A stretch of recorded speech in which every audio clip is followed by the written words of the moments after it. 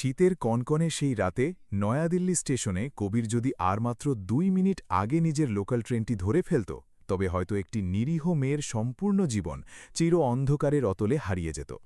নিয়তি মাঝে মাঝে এমন কিছু অদ্ভুত মুহূর্ত তৈরি করে যা সাধারণ মানুষের জীবনকে অসাধারণ করে তোলে। সেই রাতে ৮ নম্বর প্ল্যাটফর্মে ঠিক এমন কি ঘটেছিল যার জন্য একজন সাধারণ যুবক পুরো শহরের কাছে আসার এক নতুন আলো হয়ে উঠল। এই গল্পটি শুরু হয়েছিল এক ফোঁটা বেদনার অশ্রু দিয়ে, আর এর সমাপ্তি ঘটেছিল এমন এক জাদুকরী বাস্তবে যা শুনলে হয়তো অজান্তেই আপনার চোখের কোণ ভিজে উঠবে। বন্ধুরা, গল্পটি শেষ পর্যন্ত অবশ্যই দেখবেন এবং আমাদের চ্যানেলটিকে লাইক ও সাবস্ক্রাইব করে বেল আইকনটি চাপতে ভুলবেন না। আর হ্যাঁ, কমেন্টে আপনার নিজের এবং আপনার শহরের নামটি অবশ্যই লিখে জানাবেন। বন্ধুরা, এটি দিল্লির বুকে ঘটে যাওয়া এক বাস্তব ঘটনার গল্প। দিল্লি, আশা ও স্বপ্নের এক মায়াবী শহর, যেখানে প্রতিদিন লক্ষ লক্ষ মানুষ তাদের অপূর্ণ স্বপ্নগুলোকে সত্যি করার তীব্র আকাঙ্ক্ষা নিয়ে ছুটে আসে। দিনের আলোয় এই শহর যতটা দ্রুতগতিতে ছুটে চলে, রাতের অন্ধকারে তা ঠিক ততটাই রহস্যময় আর নিস্তব্ধ হয়ে ওঠে। সেই রাতেও নয়াদিল্লি রেলওয়ে স্টেশনের ৮ নম্বর প্ল্যাটফর্মটি হালকা হলুদ রঙের মায়াবী আলোয় ডুবেছিল। ঘড়ির কাঁটায় তখন রাত প্রায় ১:৩০। সারা দিনের সেই পরিচিত কোলাহল আর ভিড় ততক্ষণে একেবারেই উধাও হয়ে গেছে। বহুদূর পর্যন্ত বিস্তৃত রেল লাইন, বাতাসে মিশে থাকা কনকনে শীতের আমেজ এবং দূরে কোথাও দাঁড়িয়ে থাকা ট্রেনের ইঞ্জিনের মৃদু আওয়াজ, সব মিলিয়ে সেখানে এক অদ্ভুত নিস্তব্ধতা বিরাজ করছিল। সেই প্ল্যাটফর্মেই দাঁড়িয়ে কবির তার দিনের শেষ লোকাল ট্রেনটির জন্য অপেক্ষা করছিল। বয়স তার আনুমানিক ২৭ বছর, দেখতে খুব সাধারণ, চোখে মুখে সারা দিনের ক্লান্তি আর হাতে একটি পুরনো ল্যাপটপের ব্যাগ। সে একটি নামকরা মিডিয়া কোম্পানিতে চাকরি করত এবং প্রতিদিনের মতোই সেদিনও তার রাতের শিফটের কাজ শেষ হয়েছিল। প্রচণ্ড ক্লান্ত শরীরে সে তখন শুধু চাইছিল দ্রুত বাড়ি ফিরে একটু শান্তিতে বিশ্রাম নিতে। ঘড়ির দিকে তাকিয়ে সে দেখল ট্রেন আসতে তখনও পাক্কা ১০ মিনিট বাকি। অগত্যে কবির কাছেই থাকা একটি লোহার বেঞ্চের ওপর বসে পড়ল। নিজের মোবাইল ফোনে আরও একবার সময় দেখে নিয়ে সে একটি দীর্ঘ শ্বাস ছাড়ল। ঠিক সেই মুহূর্তেই তার দৃষ্টি আটকে গেল প্ল্যাটফর্মের এক কোণে। সেখানে একটি মেয়ে সম্পূর্ণ একা বসেছিল। নিজের ওড়না দিয়ে সে তার মুখটি ঢেকে রেখেছিল এবং অনবরত কেঁদে চলেছিল। কান্নার চোটে তার কাঁধ দুটো থর থর করে কাঁপছিল। তার অবস্থা দেখে মনে হচ্ছিল যেন সে টানা কয়েক ঘণ্টা ধরে কাঁদতে কাঁদতে একেবারে ক্লান্ত হয়ে পড়েছে। কবির প্রথমটায় সেদিক থেকে নিজের মনোযোগ সরিয়ে নেওয়ার চেষ্টা করল। মনে মনে ভাবল, হয়তো পারিবারিক কোনো সমস্যা হবে, তাতে আমার কি দরকার। কিন্তু কয়েক সেকেন্ড পার হতেই তার চোখ যেন নিজের অজান্তেই আবার সেই মেয়েটির দিকে চলে গেল। এবার মেয়েটির করুণ অবস্থা দেখে তার ভেতরে এক ধরনের অস্বস্তি কাজ করতে শুরু করল। এত গভীর রাতে কোনো মেয়ের স্টেশনে একা বসে এভাবে কাঁদাটা মোটেও কোনো স্বাভাবিক ঘটনা ছিল না। সে নিজেকে বোঝানোর চেষ্টা করল, আজকালকার দিনে অযাচিতভাবে কাউকে সাহায্য করতে যাওয়াটাও খুব কঠিন, মানুষ উল্টে বিপদে ফেলে দেয়। কিন্তু পরক্ষণেই তার ভেতর থেকে বিবেকের আরেকটা আওয়াজ ভেসে এলো, যদি মেয়েটির সত্যিই কোনো বিপদে পড়ে সাহায্যের প্রয়োজন হয়। এই দোটানায় পড়ে সে বেশ কিছুটা দ্বিধাগ্রস্ত হয়ে পড়ল। প্রায় ২ মিনিট ধরে চিন্তা করার পর শেষমেশ কবির নিজের জায়গা থেকে উঠে দাঁড়াল। মেয়েটি যাতে ভয় না পায় সেজন্য সে খুব ধীরে ধীরে তার দিকে এগিয়ে গেল। বেশ কিছুটা দূরে দাঁড়িয়ে অত্যন্ত নরম আর শান্ত গলায় সে জিজ্ঞেস করল, মাফ করবেন, আপনি কি ঠিক আছেন? অচেনা কণ্ঠস্বর শুনে মেয়েটি হঠাৎ করেই ঘাবড়ে গেল। সে দ্রুত তার মুখটা উপরের দিকে তুলল। তার ২ চোখ জলে টলটল করছিল আর চেহারায় ভয়ের ছাপ ছিল স্পষ্ট। অত্যন্ত তাড়াহুড়ো করে নিজের চোখের জল মুছে নিয়ে সে উত্তর দিল, হ্যাঁ, আমি ঠিক আছি। কিন্তু তার কণ্ঠস্বর স্পষ্টই বুঝিয়ে দিচ্ছিল যে সে একেবারেই ঠিক অবস্থায় নেই। মেয়েটি যাতে কোনোভাবেই অস্বস্তি বোধ না করে তাই কবির কিছুটা পিছিয়ে দাঁড়াল। সে অত্যন্ত শান্ত গলায় বলল, দেখুন, আপনার যদি কোনো ধরনের সাহায্যের দরকার হয় তবে আমাকে নিঃসংকোচে বলতে পারেন, আমি এমনিতেই আপনাকে জিজ্ঞেস করছি। মেয়েটি কয়েক মুহূর্তের জন্য একেবারে চুপ করে রইল। সম্ভবত সে ভেবে পাচ্ছিল না যে এই সম্পূর্ণ অজানা একটি শহরে কোনো অচেনা যুবকের কথায় ভরসা করাটা তার ঠিক হবে কিনা। কিছুক্ষণ পর সে ধীর কণ্ঠে বলতে শুরু করল, আমার নাম অনন্যা, আমি জীবনে এই প্রথমবার দিল্লিতে এসেছি, আর স্টেশনে নেমেই আমার ব্যাগটা চুরি হয়ে গেছে। এই কথাটি শোনা মাত্রই কবির বেশ চমকে উঠল। সে সঙ্গে সঙ্গে পাল্টা প্রশ্ন করল, আপনার সব দরকারি জিনিসপত্র কি ওই ব্যাগের ভেতরেই ছিল? অনন্য চোখ বেয়ে আবারও জলের ধারা নেমে এলো। সে মাথা নিচু করে কান্না জড়িত গলায় বলল, মোবাইল ফোন, টাকা পয়সা, জামা কাপড় সবকিছুই ওই ব্যাগের ভেতর ছিল। আমি একটি চাকরির ইন্টারভিউ দেওয়ার জন্য আমার গ্রাম থেকে এই শহরে এসেছিলাম। বাড়ির লোক অনেক আশা করে আমাকে এখানে পাঠিয়েছিল, কিন্তু স্টেশনে পা রাখতেই আমার সব স্বপ্ন শেষ হয়ে গেল। কথাগুলো বলার সময় তার গলা কাঁপছিল। কবির তার প্রতিটি কথার মাঝে চরম সততা অনুভব করতে পারল। সে নিজের ব্যাগ থেকে জলের বোতলটা বের করে অনন্যার দিকে বাড়িয়ে দিয়ে বলল, আগে আপনি একটু জল খেয়ে নিন, অযথা ঘাবড়াবেন না, এখান থেকে বেরোনোর কোনো না কোনো পথ নিশ্চয়ই পাওয়া যাবে।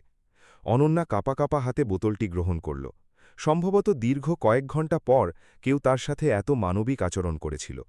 কবির তাকে জিজ্ঞেস করল, আপনি কি এই শহরে কাউকে চেনেন? আপনার কোনো আত্মীয় বা বন্ধু কি এখানে থাকেন? অনন্যা অত্যন্ত ধীর গতিতে মাথা নেড়ে না সূচক উত্তর দিল। এই বিশাল শহরে তার আপন বলতে কেউই ছিল না। সে ছিল সম্পূর্ণ একা। দুজনে কিছুক্ষণ নিস্তব্ধ হয়ে বসে রইল। ঠিক সেই সময়ই স্টেশনের মাইকে ঘোষণা করা হল যে দিনের শেষ লোকাল ট্রেনটি আসতে আরও 10 মিনিট দেরি হবে। কবির একটি দীর্ঘশ্বাস ফেলে বলল, দেখুন, রাত এমনিতেই অনেক হয়ে গেছে। এই গভীর রাতে এখানে একা বসে থাকাটা আপনার জন্যে মোটেও নিরাপদ নয়। আপনি যদি চান তবে আমি আপনাকে রেলওয়ে হেল্প সেন্টারে নিয়ে যেতে পারি। সেখানে সারা রাত আপনার নিরাপদে থাকার জন্য একটা ব্যবস্থা হয়ে যাবে। প্রথমটায় অনন্যা কিছুটা ইতস্তত করছিল। বর্তমান যুগে কোনো অচেনা পুরুষের ওপর ভরসা করাটা সত্যিই খুব কঠিন একটা ব্যাপার ছিল। কিন্তু কবিরের চোখের দৃষ্টিতে সে এক ধরনের অদ্ভুত সততা দেখতে পেয়েছিল। তাই সে আস্তে করে সম্মতি জানাল। দুজনে ধীরে ধীরে প্ল্যাটফর্ম ধরে সামনের দিকে এগোতে শুরু করল। যাওয়ার পথে কবির এক চা বিক্রেতার কাছ থেকে 2 কাপ চা কিনে নিল। সে 1 কাপ চা অনন্যার দিকে বাড়িয়ে দিয়ে বলল, এই চাটুকু খেয়ে নিন, হয়তো এতে আপনার একটু ভালো লাগবে। সেই রাতে প্রথমবারের মতো অনন্যার মুখে এক চিলতে স্বস্তির হাসি ফুটে উঠল। চায়ে চুমুক দিতে দিতে হঠাৎ অনন্যার চোখ আটকে গেল সামনে সাঁটানো একটি বিশাল পোস্টারের উপর। সে হঠাৎ করেই থমকে দাঁড়িয়ে বলল, আরে, এটাই তো সেই কোম্পানি।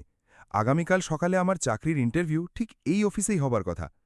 কবির পোস্টারটির দিকে তাকিয়ে রীতিমতো অবাক হয়ে গেল।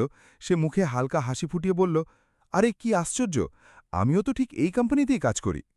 এই কথাটি শোনার পর অনন্যার চোখে আবার আশার আলো ঝলমল করে উঠল।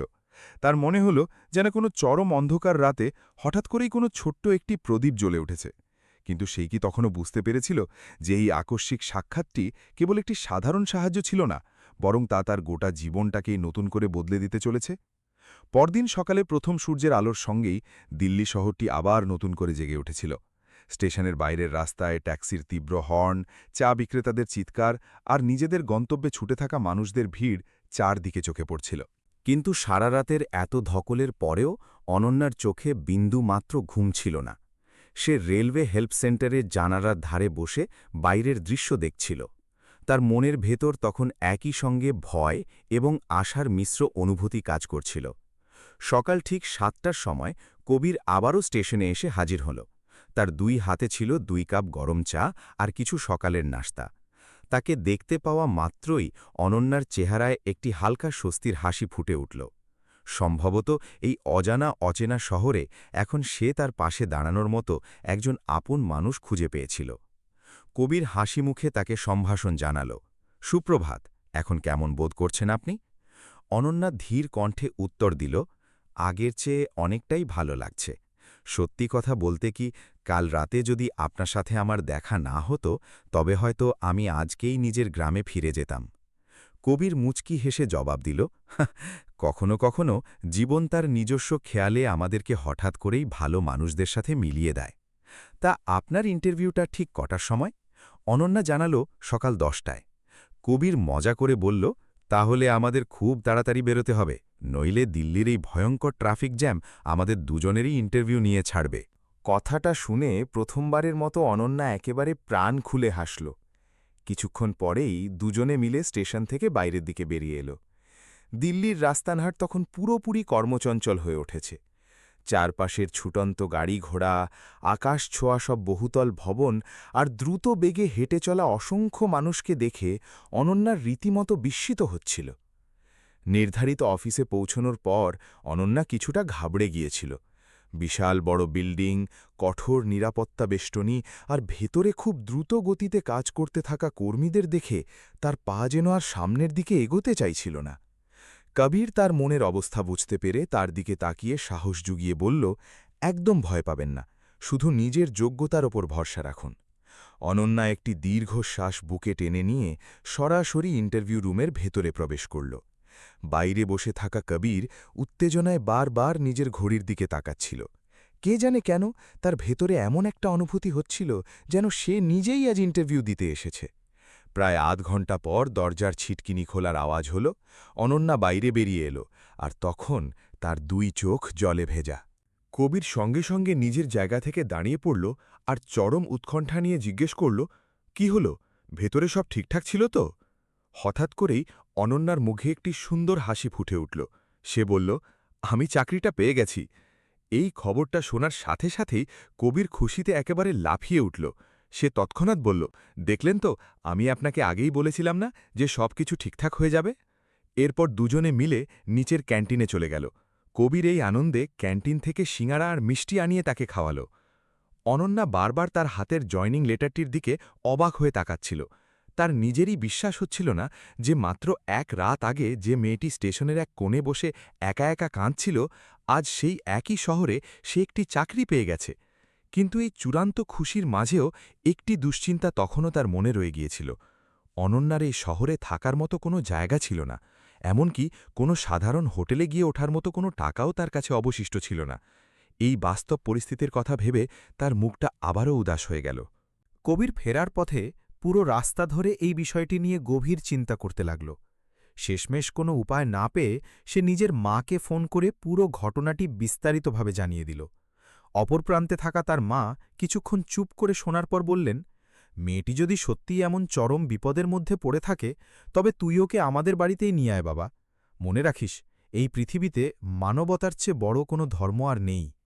সেদিন সন্ধ্যায় অনন্যা যখন প্রথমবারের মতো কবিরদের বাড়িতে গিয়ে পৌঁছল, তখন তার দুই চোখ আবার জলে ভরে এলো। খুব ছোট্ট একটি বাড়ি, কিন্তু সেই বাড়ির প্রতিটি কোণে ছড়িয়েছিল অদ্ভুত এক আপনত্ব। কবিরের মা তাকে সদর দরজাতেই অত্যন্ত আদর করে বাড়ির ভেতরে ডেকে নিলেন আর বললেন, মা রে, এখন আর তোর কোনো ভয় নেই, এখানে তোকে কোনো ধরনের অসুবিধায় পড়তে হবে না। সেদিন রাতে খাবার টেবিলে বসে অনেক দিন পর অনন্যা এক পরম শান্তি অনুভব করল। কবিরের মা পরম মমতায় বারবার তাকে খাবার বেড়ে দিচ্ছিলেন। ঠিক সেই মুহূর্তটিতে অনন্যার নিজের মায়ের কথা খুব মনে পড়ে গেল, আর তার চোখ দিয়ে জলের ধারা নেমে এলো। কবির খুব আস্তে করে তাকে বলল, এখন থেকে এই শহরটা তোমার কাছে আর একেবারেই অচেনা নয়। অনন্যা চোখ তুলে তার দিকে তাকাল। সেই সম্পূর্ণ অজানা একটি শহরে জীবনের প্রথমবারের মতো সে নিজের আপনজনের অনুভূতি পেয়েছিল। তবে জীবনের খাতায় তখনও তার জন্য আরও অনেকগুলো নতুন মোড় অপেক্ষা করেছিল। সময় তার নিজস্ব গতিতে ধীরে ধীরে সামনের দিকে এগোতে লাগল। অনন্যার দিল্লিতে আসার পর দেখতে দেখতে প্রায় 1 মাস সময় কেটে গিয়েছিল। শুরুর দিকে যে বিশাল শহরটাকে তার কাছে রীতিমতো ভয়ের কারণ বলে মনে হতো, এখন ঠিক সেই শহরটাই তাকে নতুন নতুন স্বপ্ন দেখতে শিখিয়েছিল। প্রতিদিন সকালে নিয়ম করে অফিসে যাওয়া, সন্ধ্যায় কাজ শেষে বাড়ি ফেরা, আর সারা রাস্তা জুড়ে দিল্লির এই ছুটে চলা জীবনকে দেখা, এসব কিছুই এখন তার প্রাত্যহিক অভ্যাসে পরিণত হয়েছিল। কবিরের মাও এতদিনে অনন্যাকে নিজের আপন মেয়ের মতোই ভালোবাসতে শুরু করেছিলেন। প্রতিদিন সকালে তার জন্য সযত্নে টিফিন তৈরি করে দেওয়া, রাতে বাড়ি ফেরার পর তার সারা দিনের গল্পগুলো মনোযোগ দিয়ে শোনা, এভাবেই ওই বাড়ির পুরো পরিবেশটাই যেন একদম পাল্টে গিয়েছিল। দীর্ঘ কয়েক বছর পর ওই ছোট্ট বাড়িটিতে আবারও আনন্দের হাসি প্রতিধ্বনিত হতে শুরু করেছিল। অফিসের কাজেও অনন্যা খুব দ্রুত সবার পছন্দের পাত্রী হয়ে উঠছিল। সে ছিল অত্যন্ত পরিশ্রমী এবং অফিসের দেওয়া প্রতিটি দায়িত্ব সে পরম সততার সাথে পালন করত। তার কাজের ধরন দেখে অফিসের ঊর্ধ্বতন কর্মকর্তারাও তার প্রশংসা করতে শুরু করেছিলেন। কবির দূর থেকে তার এই একাগ্র কাজ করা দেখত আর মনে মনে ভীষণ খুশি হতো। একদিন অফিসে একটি অত্যন্ত গুরুত্বপূর্ণ প্রেজেন্টেশনের কাজ ছিল। অনন্যা সারা রাত জেগে সেই প্রেজেন্টেশনটির জন্য প্রস্তুতি নিতে থাকল। পরদিন সকালে সে বেশ নার্ভাস ছিল, কারণ এটি ছিল তার চাকরি জীবনের প্রথম সবচেয়ে বড় সুযোগ। সকালে যখন সে অফিসে গিয়ে পৌঁছল, তখন ভয়ে তার হাত পা কাঁপছিল। কবির তার এই স্নায়ুচাপ খুব সহজেই বুঝতে পারল। সে হাসি মুখে তাকে ভরসা দিয়ে বলল, যদি মনের ভেতর ভয় কাজ করে, তবে শুধু এটুকু ভাবো যে তুমি এই কাজটা কেবল তোমার নিজের স্বপ্ন পূরণের জন্যই করছ। তার এই অনুপ্রেরণামূলক কথা শুনে অনন্যা কিছুটা শান্ত হল। প্রেজেন্টেশনের কাজ শুরু হলো। শুরুর দিকে কথা বলতে গিয়ে তার গলা কিছুটা কাঁপছিল ঠিকই, কিন্তু কয়েক মিনিট পার হতেই তার ভেতরে সেই আত্মবিশ্বাস আবারও ফিরে এলো। সে এত চমৎকারভাবে সবাইকে পুরো বিষয়টি বুঝিয়ে বলল যে মিটিং শেষ হওয়ার সাথে সাথেই পুরো কনফারেন্স রুম প্রবল হাততালিতে ফেটে পড়ল। অফিসের ম্যানেজার উপস্থিত সবার সামনে তার ভূয়সী প্রশংসা করলেন এবং বললেন, আপনার ভেতরে সত্যি অনেক প্রতিভা লুকিয়ে আছে। এভাবে কঠোর পরিশ্রম করে যান, আপনি জীবনে অনেক দূর এগিয়ে যেতে পারবেন। এই প্রশংসাবাক্য শুনে অনন্যার চোখ উজ্জ্বল হয়ে উঠল।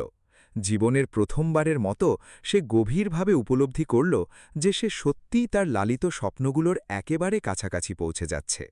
ওই দিন সন্ধ্যায় অফিস থেকে ফেরার সময় তারা দুজনে লোকাল ট্রেনের সিটে বসেছিল। বাইরে তখন ঝমঝম করে বৃষ্টি শুরু হয়ে গিয়েছিল। ট্রেনের জানালা দিয়ে ধেয়ে আসা বৃষ্টির কনকনে ঠান্ডা হাওয়া অনন্যার মুখে এসে আছড়ে পড়ছিল। সে বেশ কিছুক্ষণ আনমনে চুপ করে থাকল। তারপর ধীরে ধীরে বলল, যদি সেই অভিশপ্ত রাতে আপনি আমাকে ওইভাবে সাহায্য না করতেন, তাহলে হয়তো আমি সারাটা জীবন নিজেকে একজন দুর্বল মেয়ে হিসেবেই ভেবে যেতাম। কবির স্মিত হেসে উত্তর দিল, আমি তো এমন কোনো বিশেষ কাজ করিনি, আমি শুধু আমার মানবতাটুকু পালন করেছি মাত্র। অনন্যা একদৃষ্টে তার দিকে তাকিয়ে বলল, আজকালকার এই স্বার্থপর যুগে এটাই তো সবচেয়ে বিশেষ একটি কাজ। ততদিনে তাদের দুজনের এই বন্ধুত্বের সম্পর্ক অনেক গভীর হয়ে গিয়েছিল।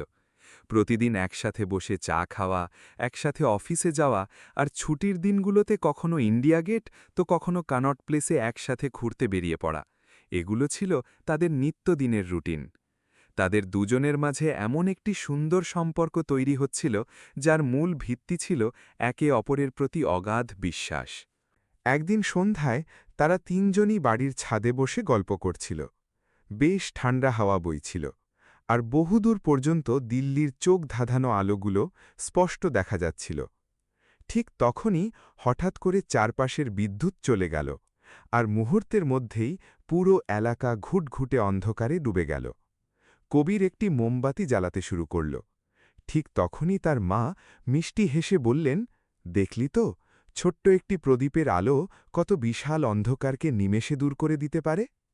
মায়ের এই কথাটি শুনে কয়েক মুহূর্তের জন্য সবাই একেবারেই নিস্তব্ধ হয়ে গেল। অনন্যার ঠোঁটের কোণে একটি হালকা হাসির রেখা ফুটে উঠল। সেই রাতে অনন্যা অনেকক্ষণ পর্যন্ত দু চোখের পাতা এক করতে পারল না। সে জানালার পাশে একা বসে খোলা আকাশের দিকে তাকিয়ে রইল।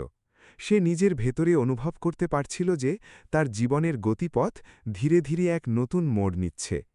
যে অসহায় মেয়েটি ঠিক 1 মাস আগে স্টেশনের প্ল্যাটফর্মে একা বসে অঝরে কাঁদছিল, আজ সেই একই শহরে সে আপনজনের স্নেহ আর ভালোবাসার স্পর্শ পাচ্ছে।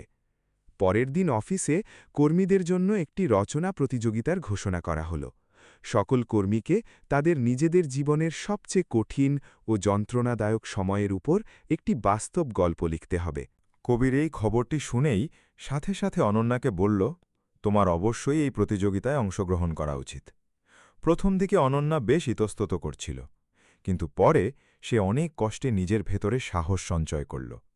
সে তখনও ঘুণাক্ষরেও জানতে পারেনি যে তার নিজের হাতে লেখা ওই গল্পটি শুধু যে প্রতিযোগিতায় জিতবে তা নয়, বরং এটি অনেক মানুষের জীবনবোধকে সম্পূর্ণরূপে বদলে দেবে। অফিসের সেই রচনা প্রতিযোগিতা শুরু হয়ে গিয়েছিল।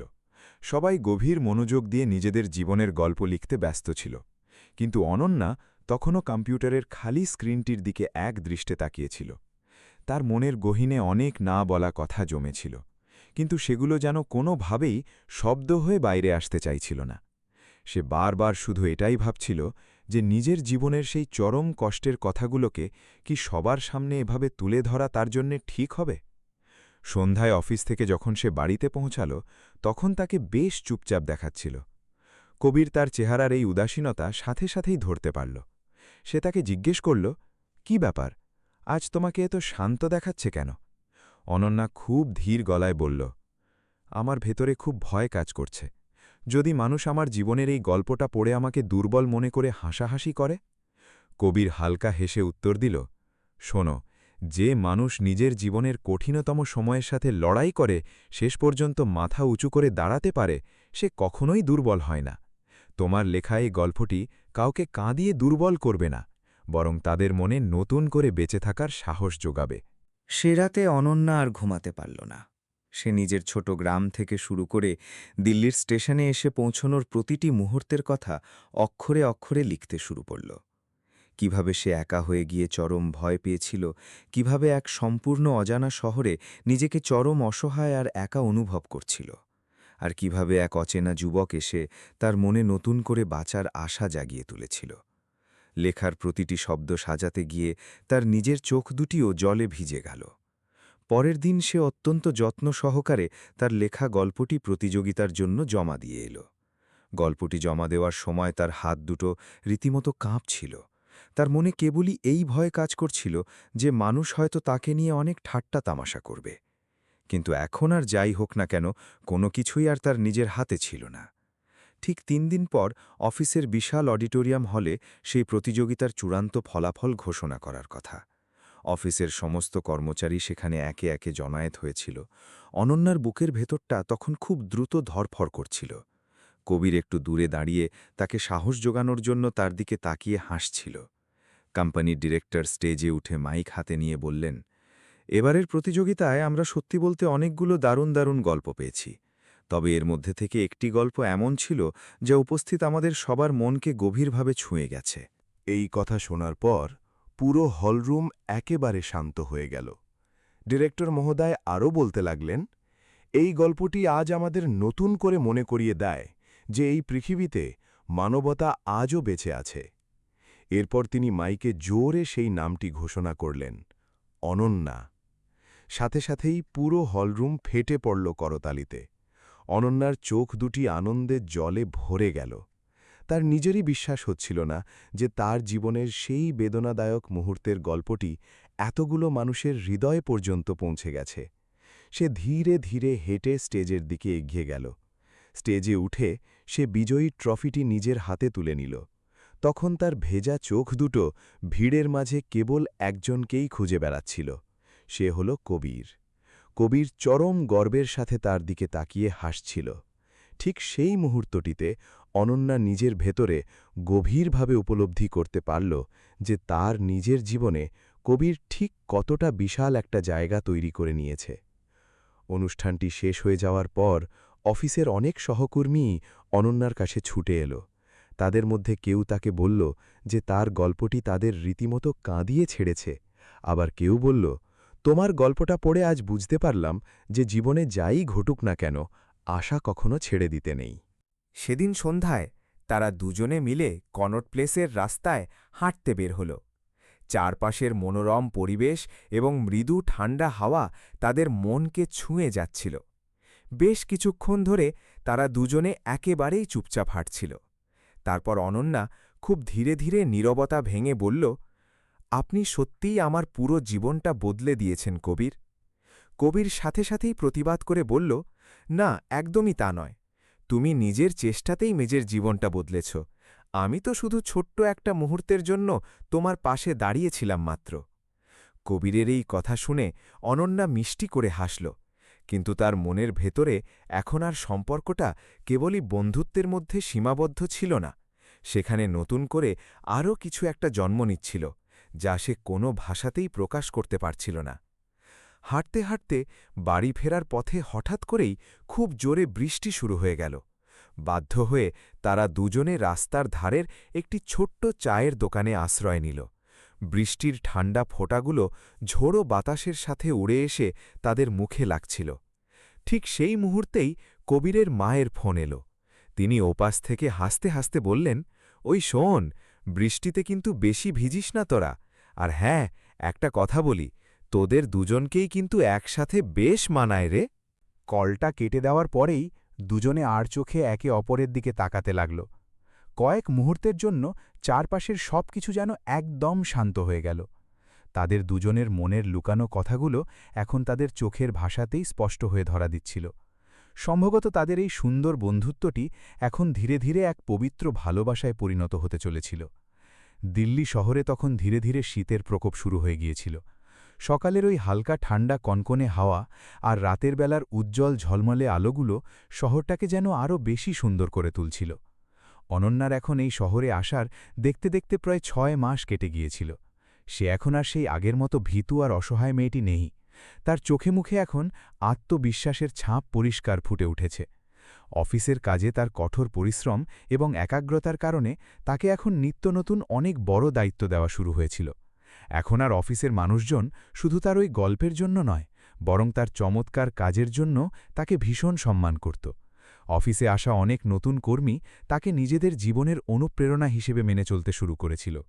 একদিন সন্ধ্যায় অফিস থেকে বাড়ি ফেরার সময় অনন্যা হঠাৎ করেই নয়াদিল্লি স্টেশনের সেই ৮ নম্বর প্ল্যাটফর্মটিতে এসে থমকে দাঁড়াল, যেখানে তার আর কবিরের জীবনের প্রথম দেখা হয়েছিল।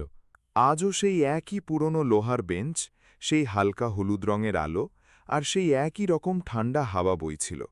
শুধু তফাৎ এটাই ছিল যে সেই অভিশপ্ত রাতে তার চোখে ছিল কেবলই ভয় আর এক রাশ অন্ধকার, আর আজকের এই রাতে তার চোখে শুধুই নতুন আশার আলো।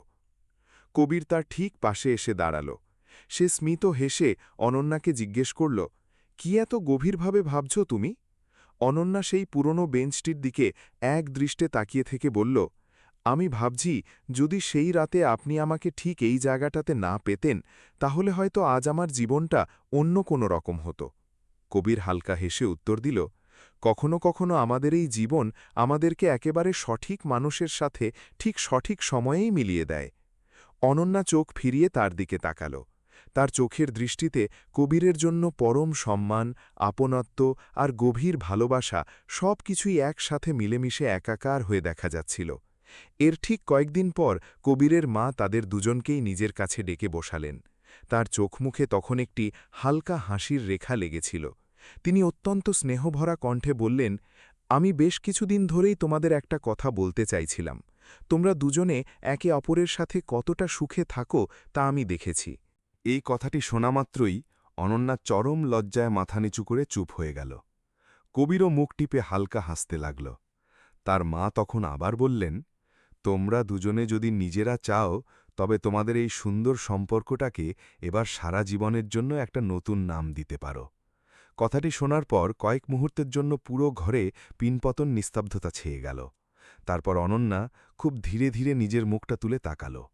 তার চোখ দুটো জলে ভর্তি ছিল, তবে এবারের এই জল আর কোনো দুঃখ বা হতাশার ছিল না। সে অত্যন্ত ধীর কিন্তু স্পষ্ট গলায় বলল, এর চেয়ে বেশি খুশি হয়তো আমি জীবনে আর কোনোদিনই পাব না।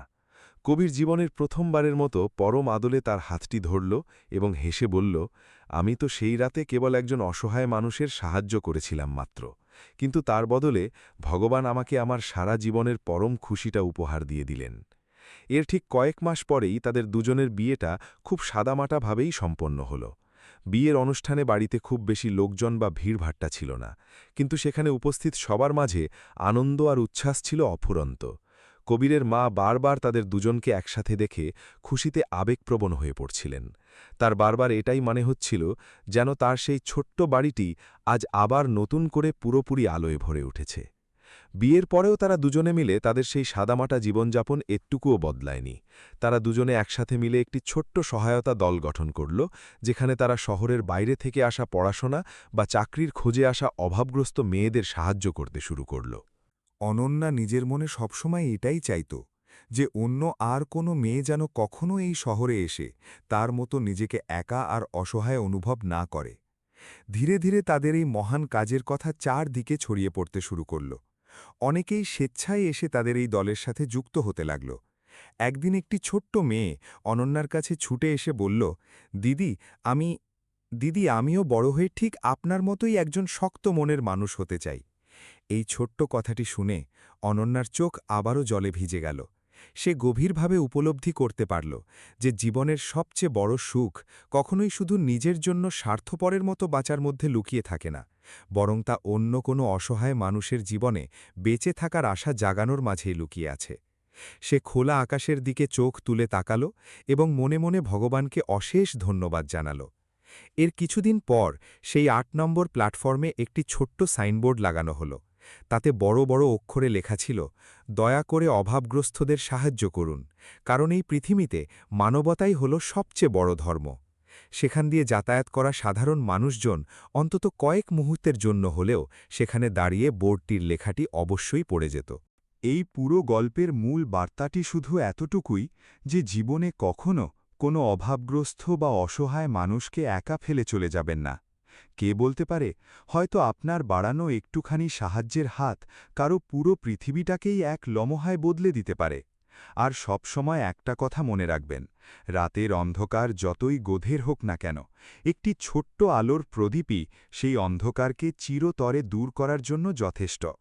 তো বন্ধুরা, যদি আমাদের এই বাস্তব গল্পটি আপনাদের মনকে একটুও ছুঁয়ে গিয়ে থাকে, তবে আমাদের এই চ্যানেলটিকে অবশ্যই লাইক করুন, সাবস্ক্রাইব করুন এবং কমেন্ট বক্সে নিজের ও নিজের শহরের নামটি লিখতে যেন একদম ভুলবেন না। হ্যাঁ, আর অবশ্যই সুস্থ থাকুন, জীবনে আনন্দে থাকুন এবং সবসময় নিজের ও নিজের পরিবারের খেয়াল রাখুন।